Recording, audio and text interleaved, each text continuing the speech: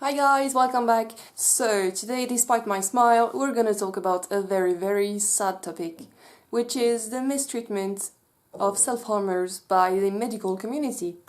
I could do a year-long video on this topic, but today we're gonna boil it down to giving stitches without anesthesia to self-harmers or any other painful medical treatment, but usually it's stitches. Managing my Instagram account. If you didn't know, I have an Instagram account.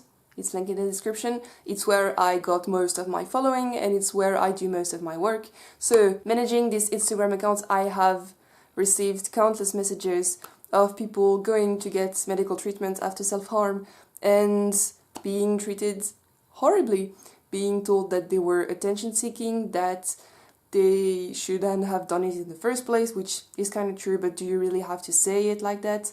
And very commonly being given stitches, which is a very painful procedure. Anyone that has ever had stitches will tell you, without proper anesthetic. And it's actually something that I've encountered myself. The only time I ever got stitches for self-harm, I wasn't giving anesthetic and it was freaking painful. So let's go through a few reasons that could explain why physicians don't give self-harmers proper anesthetics and debunk them. First, self-harmers just can't feel pain at all. I have done a video on that, I will link it in the iCards.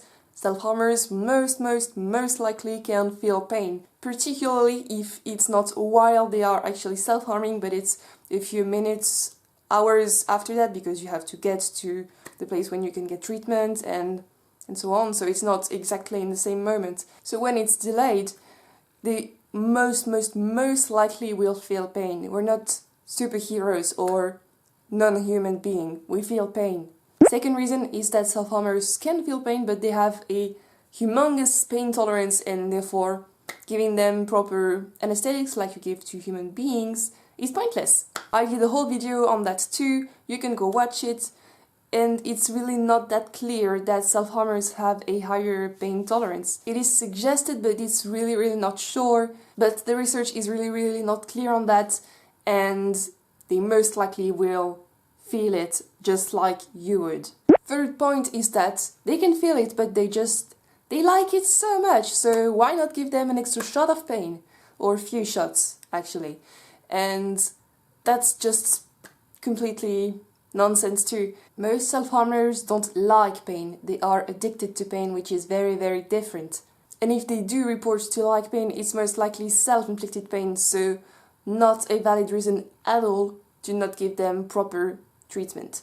And fourth and final reason that I could think of is that we need to be punished for self-harming. So if the fact of getting treatment is very painful and very pleasant because we get shamed and we get very hurt, then we'll stop self-harming, because it's not something that we should be encouraged to do by being nice with us like a human being. Of course, that is just not how it works. Getting medical help for some self-inflicted wounds can already be so terrifying and be so revealing, because most of the time self-harm is a very private thing. So going to show that to someone else is already something that is very tough for a lot of people. So if the experience of actually getting proper treatment, or proper treatment because it's not really proper, is that unpleasant and that even sometimes traumatizing, it's not gonna make you stop self-harming. It's gonna make you stop getting proper treatment. Is that really what we want? I really don't think it's what we want. I don't know, it kind of feels like how some people used to justify slavery of black people, like, they don't really feel pain, they're too dumb to understand what's going on, or they deserve it.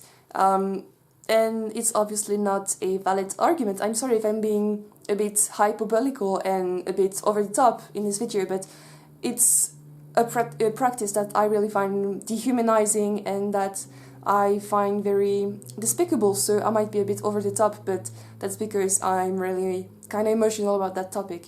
And we can think this is a matter of just a few cases, or just a small portion of the people that go to get help for self-inflicted wounds, I couldn't find any data on that subject, which is sad, but I know The Guardian has made, I think, 2 articles on the subject, so if it is enough of a problem for a major newspaper to do an article about it, I think this is not an isolated problem, and I think this is a huge problem. So if you're interested to go a bit further in that topic, you can go watch the videos that I linked here. I will link The Guardian's articles in the description box. I will also link an article by the British Medical Journal that I found, and I also found some guidelines for medical professionals to deal with self-harmers. These guidelines were edited by the Royal College of Psychiatrists, which is a UK-based association.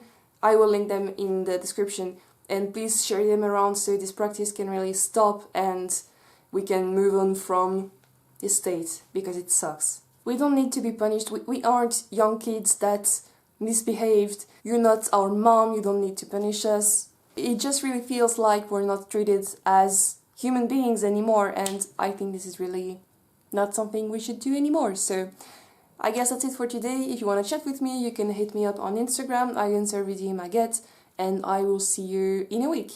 Bye guys!